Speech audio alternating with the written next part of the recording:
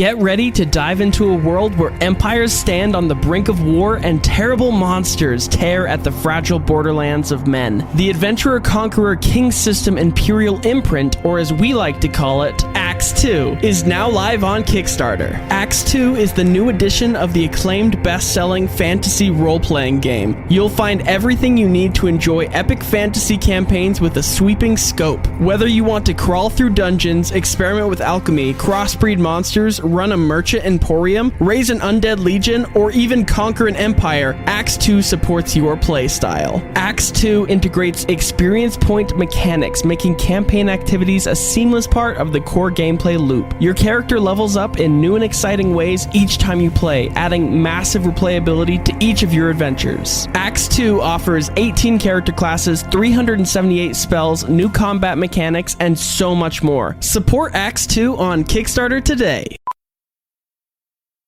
How powerful is the Cox network? So powerful that one day, the internet will let your doctor perform miracles from thousands of miles away. Connecting to remote operating room. Giving a whole new meaning to the term house call. Operation complete. The Cox network. With gig speeds everywhere. It's internet built for tomorrow, today. Cox, bringing us closer. In Cox serviceable areas, speeds vary and are not guaranteed. Cox terms apply. Other restrictions may apply.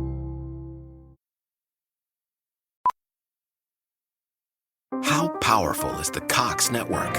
So powerful that one day, the internet will let your doctor perform miracles from thousands of miles away. Connecting to remote operating room. Giving a whole new meaning to the term house call.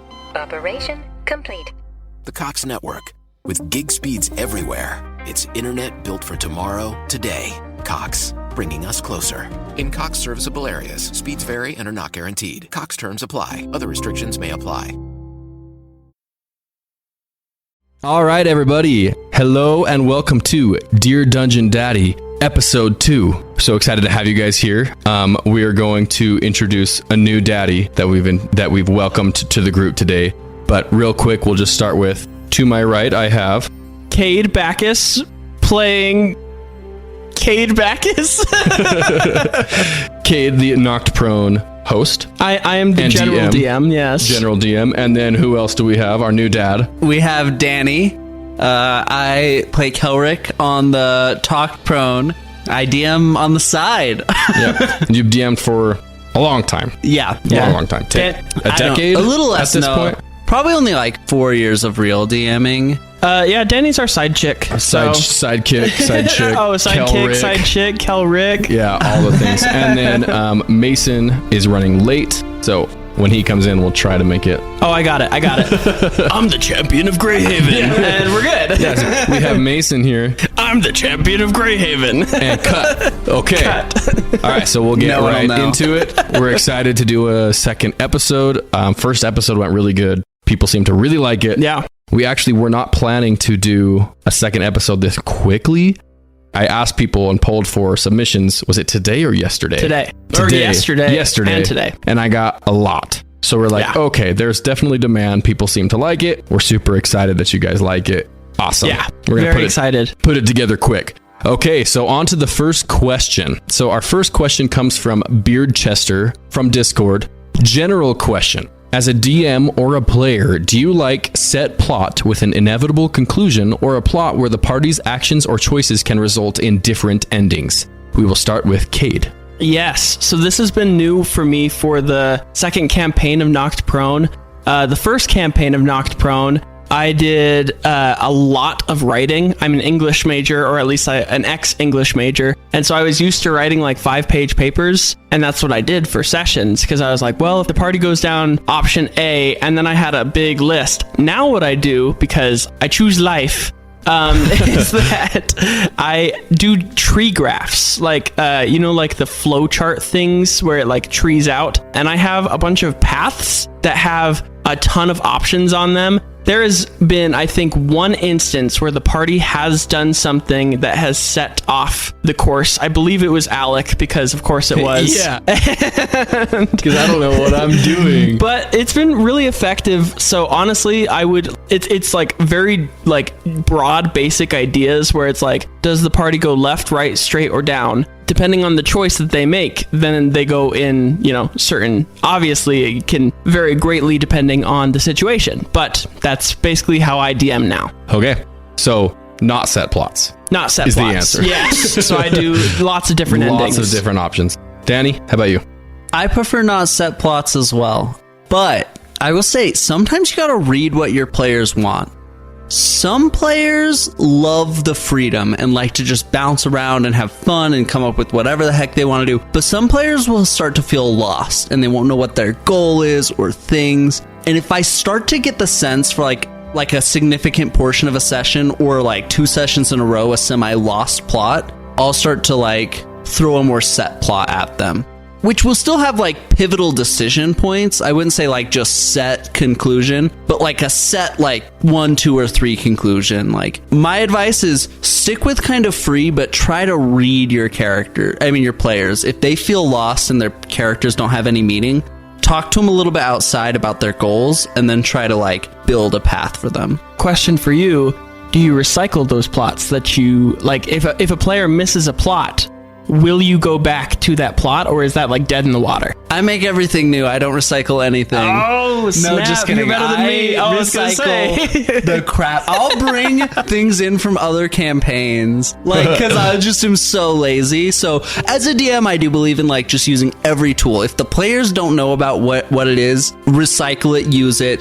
It's better than going in raw. They have Wikipedia for a reason. I'll tell you what, right now, I'm fairly new still. I don't know. I actually feel like I'm getting past the point of new. Yeah, I would say you're an intermediate at least. The thing is, you haven't played for long, but you've played like very like what like within strenuous. I put you through the freaking ringer, you haven't been playing casually, so you've learned a lot rapidly. Yes, and you've learned a lot about how to like apply your knowledge effectively because you have to because you're in the podcast. Yes, but what I was gonna say, haven't been playing long, but I have seen we've had episodes that we were just kind of aimless. Yeah, and yes, those were super fun, but you did rein it in, kind of like he's saying. And as a player, I liked it personally. So I mean, it's hard. I think in a podcast format, it is very important to rein your players in quickly, because audience could click off of a video if they're not entertained like every 10 seconds, basically. Yeah. And so trying to keep that retention, which I think our second campaign seriously is like so killer in the fact that if you've listened to the first episode of campaign 2, I think it's about a 90% probability that you've listened through the entire campaign of season 2. Ooh, that's so cool. It is so cool. Whereas like season 1, you listen to campaign 1, season 1, 50% drops within the first episode. From episode 1 to episode 2, we have a 50% drop rate. After that, it's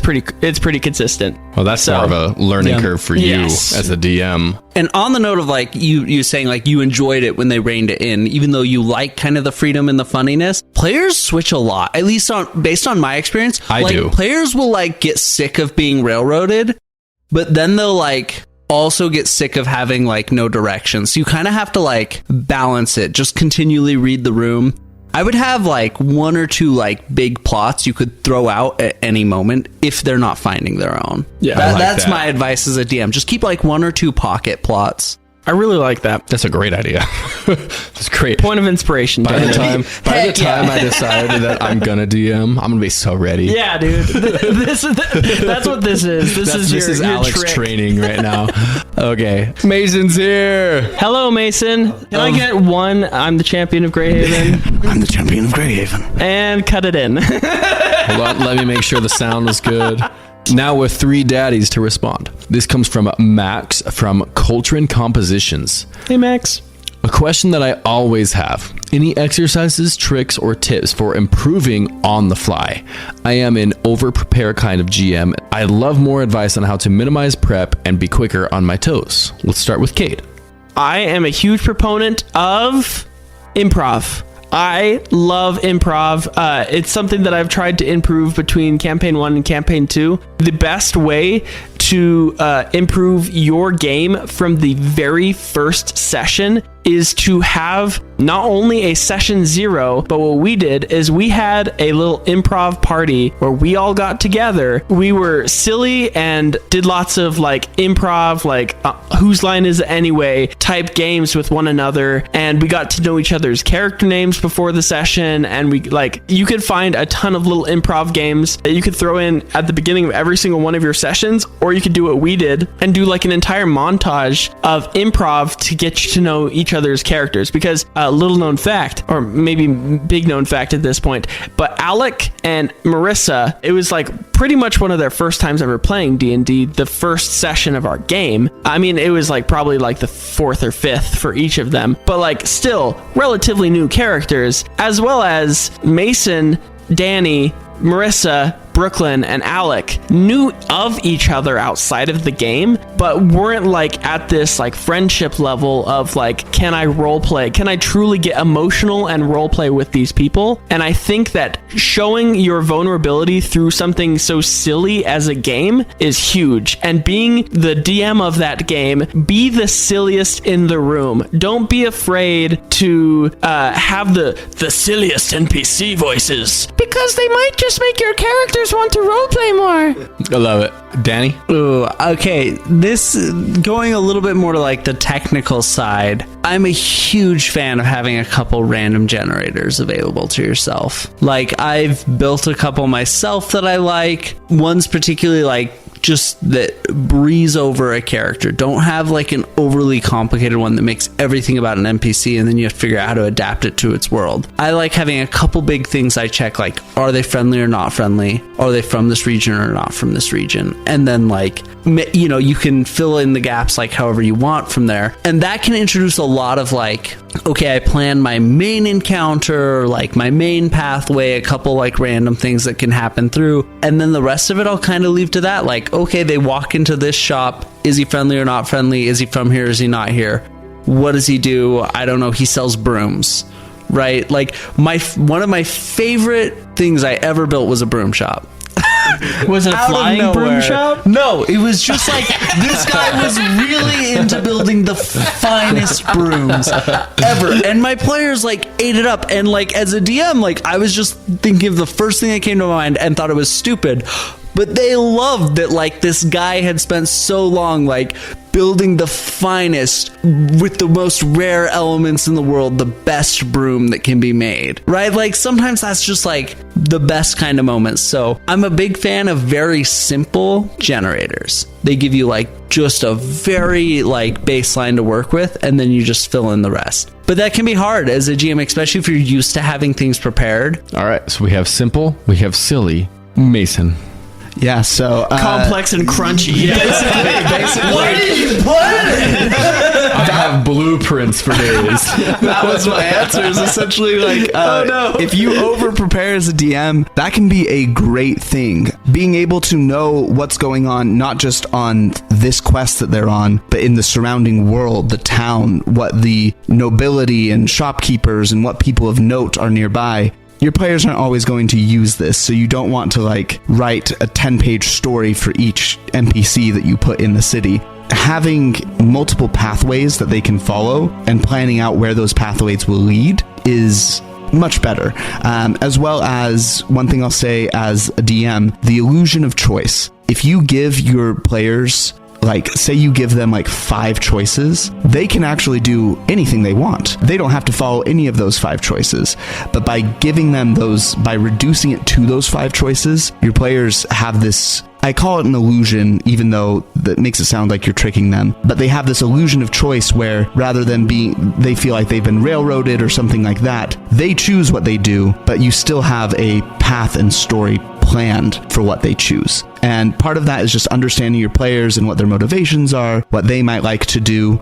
Like I said, just thoroughly planning out the area that they're in so that if they do go off the rails, you know what's going on in that area. You know what's happening. And an easy way to do that is that if you have a main storyline that you're trying to progress, think about how all of these things might impact the people in this area that is surrounding him. If you have a king that is trying to become a lich and wants immortality and stuff like that, maybe the town is starving for rare materials, and so this has created like a shortage for some magical suppliers and they need help getting extra supplies. Or maybe the use of necromantic magic has poisoned the land and skeletons and zombies are coming up in other places. It doesn't always have to be about your direct main storyline. The players can find out about the consequences of the other stuff that's going on in the world through side quests, and that a lot of the time will make them want to follow the main quest even farther, because they start to realize like, oh, there's something going on here that's impacting everyone, not just it's not in a bubble, if that makes sense. So yeah, maybe try that out. Maybe use your over preparation to your advantage, so that when the time comes to execute whatever preparation you have, you're set, you're good to go. You don't have to worry about anything. If you're feeling like a little bit burnt out as a DM and don't want to plan as much as you feel like is necessary, a really easy trick is just to ask the players what they plan on doing next. Yeah. Text chains. Yeah, You can text just your players. Ask them. text them, ask them all, and that can help give you an idea and narrow to focus your planning on, basically. Yeah, if it hasn't been said already, Cade does that every single week, just about. He texts us each individually, what do you think you will accomplish this week? We send him the answers. I don't know what he does with them, because half It the helps time, so much. but half the time, like, I don't know what, I'm like, I'm gonna do this thing, and then we do something so different, and I still try to do my thing, but at the same time, like, he kind of leans towards one person or the other. It works out really good. It makes it, I think that helps to shine the spotlight quite a bit when he knows this is what the 4 characters want to do in our party. I'm going to lean towards this one, but I still leave the opportunity for this person and this person to do, kind of what they were thinking. Yeah, and even if they don't end up following the plan that they kind of said they were going to, that motivation can still mean a lot in the future as a DM, even if it totally doesn't go the way you think it does. It's still, that information is very useful to how you can build the world around the character. Well, and you can ask the characters what they want to do and have success or failures, or if it's like something that has stakes, you can have a pathway for whether they decide to actually go through with it or whether they bail. Communication can really, really help. It allows the DM to focus their thought processes and their planning, rather than having it just be create an entire world and hope they go where you planned. So yeah, good point. It's not the DM's story. At the end of the day, and no matter how hard I try to sway you guys towards X direction, if you guys go a different direction, I am 1000% more willing to go in the direction that your characters want to go than any direction that I want to go. And that is why the second campaign of Knocked Prone, there's been so many different big bad evil guys, because I'm like, this is the biggest bad. And then you guys are like, we're going to go kill him now. And I'm like, all right, let's do it. Dude, we're killing gods all over the place. Yeah, that was on me. I called Kate. I was like, hey, dude, I want to kill Thorn. Can I do that? And he's like, yeah, but it's going to hurt. And I was like, okay, let's do it. For the 4th year in a row, Dawn is partnering with iHeartRadio for Can't Cancel Pride, a campaign that has raised over $11 million for the LGBTQ+ community. Dawn continuously strives to celebrate visibility and inclusivity for all, and that means supporting amazing organizations like Centerlink, providing safe spaces where over 52,000 community members go each week to receive critical and life-saving services. Dawn is there for your home, or your home away from home. So visit can'tcancelpride.com to learn more. How powerful is the Cox network? So powerful that one day, the internet will let your doctor perform miracles from thousands of miles away. Connecting to remote operating room. Giving a whole new meaning to the term house call. Operation complete. The Cox network.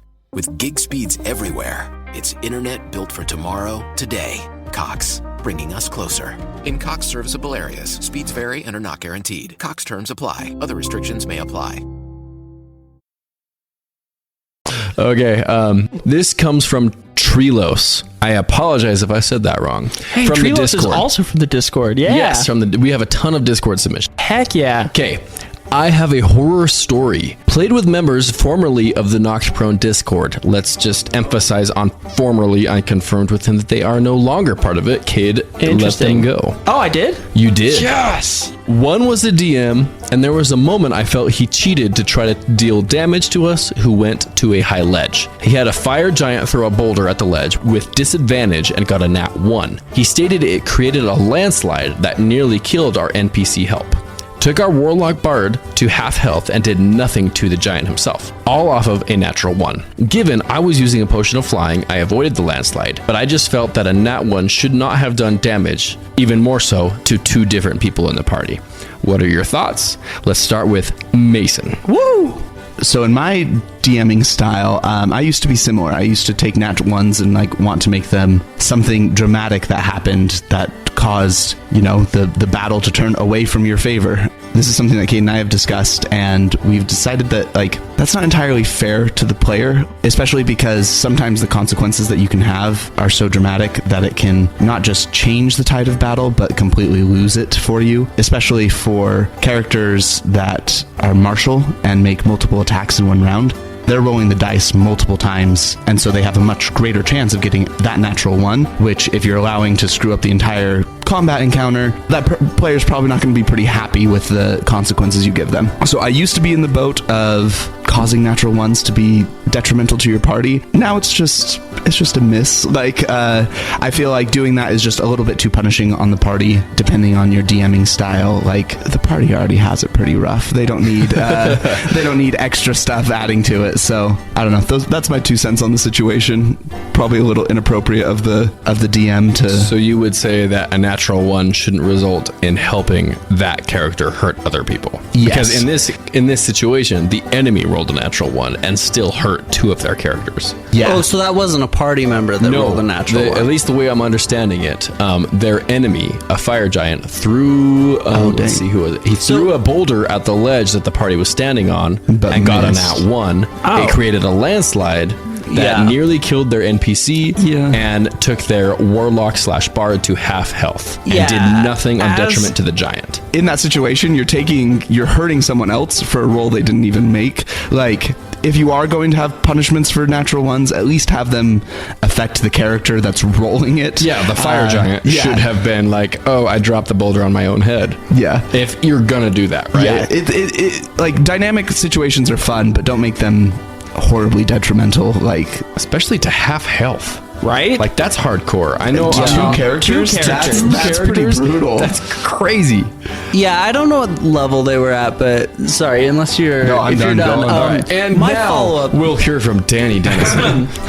Well, me as a DM, I would have nat 1s hurt the person who did it mostly. Yeah, I think this is definitely a case of read the room. First of all, if it is the enemy's case, the only reason I would even consider hurting your team if the giant was on your team, but it doesn't sound like that's the case. I am a DM of extremes. I have players that really like the wild swings in battles, so I like nat 1s and nat 20s to hit hard, but I think that's, you gotta read. If people are starting to be upset, you be okay, maybe that was a little bit much, you're right. Because I think you should have consequences, but if the player's that's crazy because you were trying to do something fancy with it, you be all right, I'll rein it in a little bit. All right, and Cade, what do you think? Like Mason said, we've had this conversation before. I am very much a fan of the thought that natural, in the first campaign of Knocked Prone, we used natural 1s as a deterrent, but that was because everyone in the party was a spellcaster. They had 1 d20 roll per turn. Also in this first episode of Knocked Prone campaign 2, Euphemia rolled a natural 1 and hit Zag with a beer glass on the side of the head and caused, I think, a point of damage to you. And in no way was that supposed to be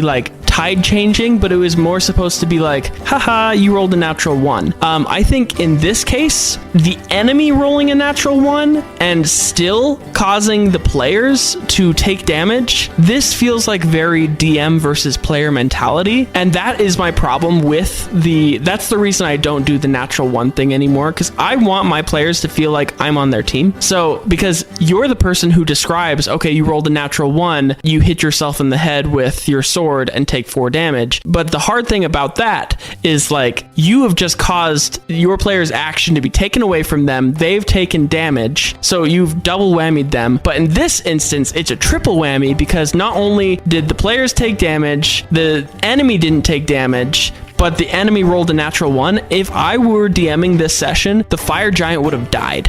Like, it would have dropped on his head and would have been done. As long as it was, like, narratively fun for that to happen, because I don't think it matters. There has been so many times that I've thought, this big bad is going to kick the party's butts. Like, they are going to have so much trouble coming back from this. And then one round goes by and I'm like, okay, they're dead, and the party gets XP and we're good. Like, I really love the factor of the players pulling a fast one on me, basically, and being able to make it so that the challenges that I present them with aren't as challenging as I thought they were. And if they can do that, I'm not going to punish smart thinking for them outsmarting me almost. So, like, because I want the players to succeed. And I think that if the DM, hopefully they're listening to this, if the DM heard this, I would hope that the thing that they took away from all the things that we have said is, like, if you're going to use natural 1s as deterrents, use it for everyone, but also be on your player's team, because, like, you're all a team together and, like, it's a game. I get that it can be hard sometimes. Me as a DM, so I give all my players advantage at the beginning of a session, but I get advantage as well at the beginning of a session. I think you're meaning. Right? Inspiration, sorry. Yeah, you're good. but which resulted in Kick him out! Ride your bike home! You're fine. That might be a moment where if I had something really specific planned that I, as the DM, would use my inspiration, right? To be like, look, this is supposed to be a really hard battle. If you're going to give out an extra point of inspiration at the beginning of each session, if you want to have more control over it, maybe give yourself one as well as a DM. And then the players won't feel like you're just cheating, but you can be like, this is a part of the story I'm committed to. Well, that's not bad. You give them the advantage as well as yourself, and you can use it when you, as DM, have decided you need it. So some DMs let inspiration stack, some don't, which is fair either way, but the one at the beginning of each session I have separate. It's just like the one for this session. I like it. Any other comments? D&D is a cooperative, like, storytelling game. I think the biggest thing is that just as long as you're not hurting your players or making them feel worse off. I messaged Treelos back and forth, which I will say, his question definitely took up a considerable amount of time because I think it was a great question. I messaged him back and forth for a while, and again, as more of a player than a DM, I agreed that, like, that's just not okay. We talked about how having a DM who is cooperative with you is a significant part of how much you will like the game you play. Cade is a very cooperative DM. I tell him, I want to do this insane thing. I guess it's released at this point. I'm like, I want to do this insane thing. I want to kill a god. And he said, okay, it's going to have consequences. And I said, okay, tell me what they are, and let's do it. Having a cooperative DM who is willing to be like, and then I mean, that's for a more significant example, right? But whether it's a natural 1 or something else, having a DM who is also wanting to progress the story and your character as much as their own story, huge difference. Yes, and everyone's going to have to learn to get there at some point. Like Cade and I have said, we both had differing opinions or had moments where we probably overstepped the bounds as well.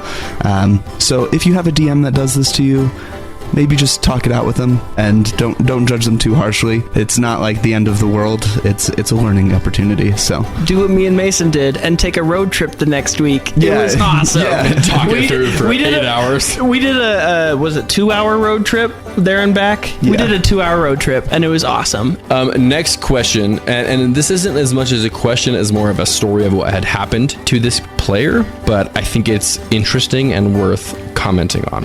So this comes from AJ, aka Arison, which we all are a huge fan of. Yes, AJ is the man. Praise to AJ. Yep, he came and played a actual session with us. He's one of the higher tier patrons, so he gets to come play. He gets to come play live sessions with us, where he DM'd and we all played, and it was awesome. It was really fun. It was really fun. I really liked his pirate ship mechanic. Yeah. I really enjoyed it. I thought it was super fun. It was awesome. Anyway, thank you, AJ. So AJ said on Discord, we rushed to the final fight because the DM was rather burnt out. It was worth it once the BBEG was the the only one left after a battle of great armies. I utilized the mechanics the DM got from another game, where if I want to cast a spell I don't have slotted, I can roll a d20 with a predetermined magic die to determine success. I wanted to cast Power Word Kill while the head priest of the sun god was working on an unknown ritual spell. Once he got below 100 HP, I rolled my dice. DM set a 24 DC for success and I got a 25. Jaden, his character, pointed a finger at him, said, "Done." He started to respond. His eyes grew wide. He slowly disintegrated and blew away in the breeze. What do you guys think of the situation? What do you think of the being able to roll to cast spells you don't have slotted? All of that stuff. We'll start with Danny. Nice. The new guy. The freaking new guy. I love coming up with random mechanics. That's one of my favorite things as a DM. Give personalized things that really fit the character and what they're desiring, give them their own abilities, things like that. And sometimes they're OP and sometimes they're a little bit broken. And so this is something you have to talk about with the other players. If there's a lot of players, you might want to rein it in a little bit. I don't know what level you were, but the ability to cast Power Word Kill, right, is pretty big. And so before you do that, you might want to just double check with the rest of the players, especially if there's a lot of them who might be battling for a little bit of time to take the spotlight. But in general, you had the ability to do it. You made an incredible DC. I think it's fine. All right. Cade, what do you think? I am victim of giving my players very broken homebrew items. For instance, Blink from the Blink/Tauren from the first campaign had the wild magic table. Spoilers for campaign 1 right ahead here. If you haven't listened to campaign 1, go ahead and skip forward the next 30 seconds. That he literally got Power Word Kill from was just a problem because I was like, I can't throw anything below 100 hit points at them or they're going to instant kill it. And of course he kept it, I think, until the very last battle of the campaign. Until the final BBEG, and then he used it in a very climatic way. I love that Caden had Power Word Kill in his back pocket, and I never knew if he was going to pull it out during a session. And so that kind of made things just a little different for me, where I just told myself, if he uses it, that's fine. He just won't have it in the future. Spoilers over. Recommencing podcast. I think that it is kind of important to fess up to your own mistakes. If you feel like as a DM that you have given your players too much power and you feel like it's limiting the fun at the table, that's when I would step in. If it's not limiting the fun at the table, I don't care. If a party member at the table feels uncomfortable, for instance, if AJ afterwards was like, is this too strong? I would pull the table and be like, hey guys, I am dealing so much damage and I feel like I'm taking away from the group victory. It's not about you as a person at the table. It's about the table's fun. If you can pull the room and say do we want to go back and I don't have to use that? I know that I passed the skill check and I feel okay with that, but I kind of feel like I'm taking away from the fun of it. If we want to go back and role play it out I never used that and we can continue on as normal, I think we should. But yeah, I think that you have just a DM that was very lenient and gave you rules to follow. I mean, I don't see a problem with those rules as long as those rules applied to other spellcasters or something like that. That just sounds like a good way to end a relationship between you and the BBEG. Okay, next question. This comes from Derek from the How Not to DM podcast. Hey, Derek. Hey, Derek. Hey, Derek. Derek is one of my good buddies. We hang out sometimes. I had a player one time who was super disruptive to the game, trying to take over the story and make it about them at every turn. It was just a one-shot and a stranger, so I didn't have to address it really, but what would you do to address this with a longer-term group/game? We'll start with Cade.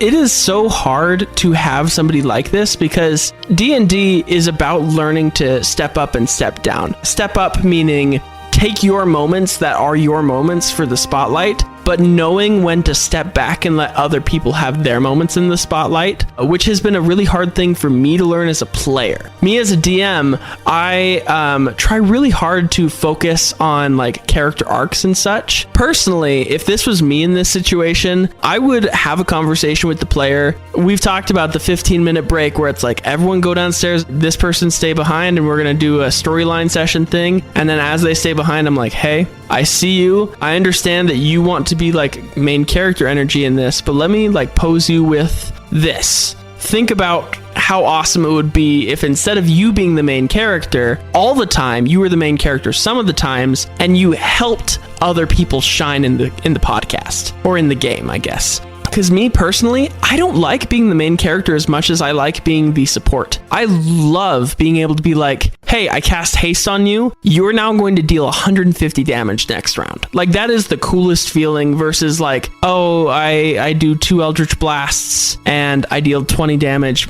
max, versus like I give this person the help action or I give this person haste and they are way more bolstered. This is a conversation you should have with your player and just say like, hey, and also I guess it was a one shot for a stranger.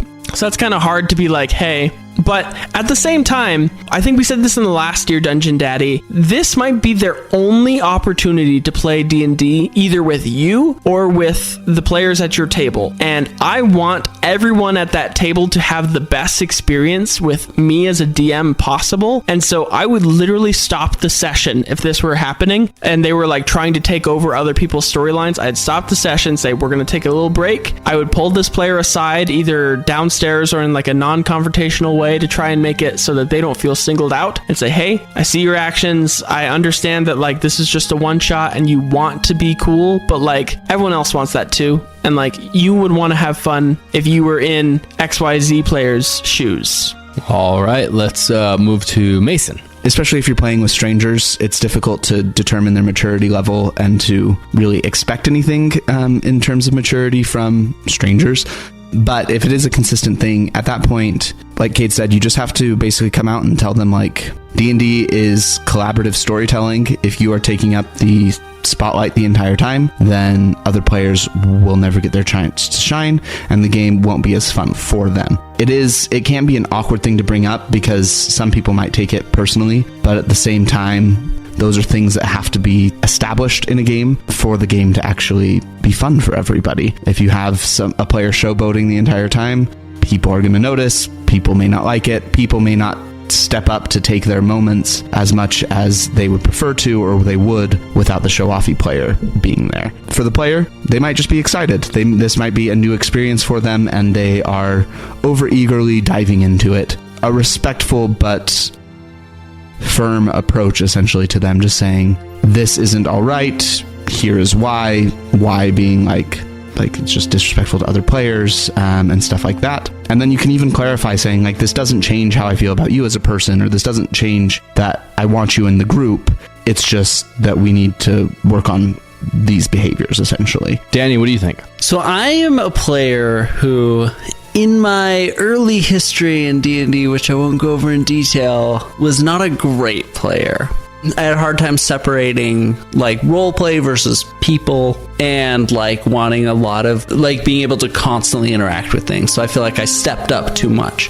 One thing Mason has done in his runs that I really like is if there's a lot of things happening like really fast, is just like entering into initiative, even if it's not like a classical combat, because then it's like, okay, it's your turn, go shine, and now your turn is over. It's this person's turn. Sorry, you can't do anything. Even if you're in a totally different area, it's like, oh, like, sorry, it's this person's turn. Which kind of can help if a player is like stepping up a lot and not stepping down as frequently, to kind of give a more set, like, it's your turn on the stage and now it's their turn on the stage. So I think entering into initiative outside of combat can be a super useful tool if a player is having a hard time knowing when or how to balance themselves with the way the party wants things to run. I know you are not necessarily a DM, but you are a dad. How would you deal with... Hold on, go back. Oh, but you are a daddy, and this is called Dear Dungeon Daddy. So I want to know, how would you respond to, for instance, your kid not wanting to share something? How would you, because in this instance, it is literally a player not wanting to share a spotlight. If your son didn't want to share something, how would you go about teaching him, like, we need to share stuff? Interesting. Are we going parenting style? We're going here? Parenting style. All right, Dear Dungeon Daddy. Emphasis on the daddy. Underline. So there's two ways that me and Jalen have approached this. Number one, we buy presents or for like birthdays or Christmas or things for a specific kid. But at the end of the day, it does go, it goes into the family playroom for everybody to play with. Most of the time when we have that situation arise, it's very, very easy to resolve when, one kid is like, I don't want to share this toy. This is mine. I'll be like, okay, well, just remember this other toy that Chandler, the younger brother, for example, got for his birthday that you use a lot. He doesn't have to share with you. If you're not going to share with him, you're probably not going to get that back. 99% of the time, that's the way to resolve it. He says, I don't want to share. And I say, okay, well, think about this. He has this toy you like. He does not have to share with you, but he always does. If you stop sharing with him, he's going to stop sharing with you. Most of the time, it resolves right there. See, I really like and that probably insight. Relates in a lot of ways. Exactly, because if this player's stepping up too much and you pull them aside and you're like, hey, you're not the cleric in the party. Imagine if you kept stepping up and stepping on other people's toes and not wanting to share the spotlight, and then you go down in the next combat and then the cleric says, I don't want to share my spell slot. I don't want to share my 300 gold piece diamond that I bought with my own money to revive you. Yeah. Exactly. 100%. It's same exact thing. Yeah. And a lot of those players that are stepping up constantly, I had one, and not to totally out them, but they were they don't even realize that they're stepping on people. And so if you just take a little bit of time to be hey, try to rein it in a little bit, help this character shine right now. A lot of them will be pretty receptive of it. Not always, but sometimes. I find it hard. I don't know. Cade assures me that I'm not, but I feel like I'm a character that steps on or is too much in the spotlight. And Cade says over and over, he's like, dude, you're not. Right. And I'm like, I don't know. I feel like there's a lot going on with my character. I try to make everyone feel like they have a lot going on with their Everybody character. feels that same way. But I just feel like Zag, for example, has had a lot of spotlight, and I don't want it. So this is a little bit of a niche thing because not every DM has quite the ability or time to do all this. But Cade does a good job designing every storyline to include heavy elements of everyone's stuff. Just shout out little schmoozing on the kissing of the boot over here. But Cade, every character is something. Marissa has her boyfriend past was the fight character. Celine's family often comes and goes. Grom always has a character, his mom and his adventure progressing towards freeing her. And then Zag has the heavy element. So it's you guys all have an element that's just this is your time to dominate. But it feels weird as a player because usually there's not such cutout times for you to dominate the spotlight for so long. Well, and part of that too is D&D is an improv game. Having done improv for many years, part of that comes with just learning and being part of the group or troupe that you're in. As you play with them more, you start to realize better ways to yes and without taking over a scene, or better ways that you can show off or allow somebody to show off instead, as well as you start picking up on cues on when certain people should take the spotlight and when you should step back. It's a skill that you learn as you play the game, and this is kind of going back to what Cade said. If they are just a new player or something, you want to give them time to develop that skill. No one's going to be perfect at it. Everyone's going to make mistakes. It's figuring them out, bringing them up, and moving past them that is more of the important part. Also, shout out to Derek. Thank you for this awesome question. If you haven't checked out his podcast, How Not to DM, you definitely should. They're about to head into their 3rd season. And guess what? Speaking of Dear Dungeon Daddy, Derek's wife is due for a baby in less than a week. Oh, wow. Congratulations, Derek. Congratulations, Derek. This is baby number 2. Thank you for joining this episode. If you want to hear the rest of the episode, we have another half hour of questions that we answer over on our Patreon, patreon.com/knocked. So we hope to see you over there real soon, and we hope you remember when life knocks you flat on your back, all you got to do is keep rolling, and we hope you have a wonderful rest of your day. We did it. I still can't believe we got this project done so fast and so well. When I'm in New York. I'm in Chicago. And I'm in LA. But we're making it happen in Miro. Together.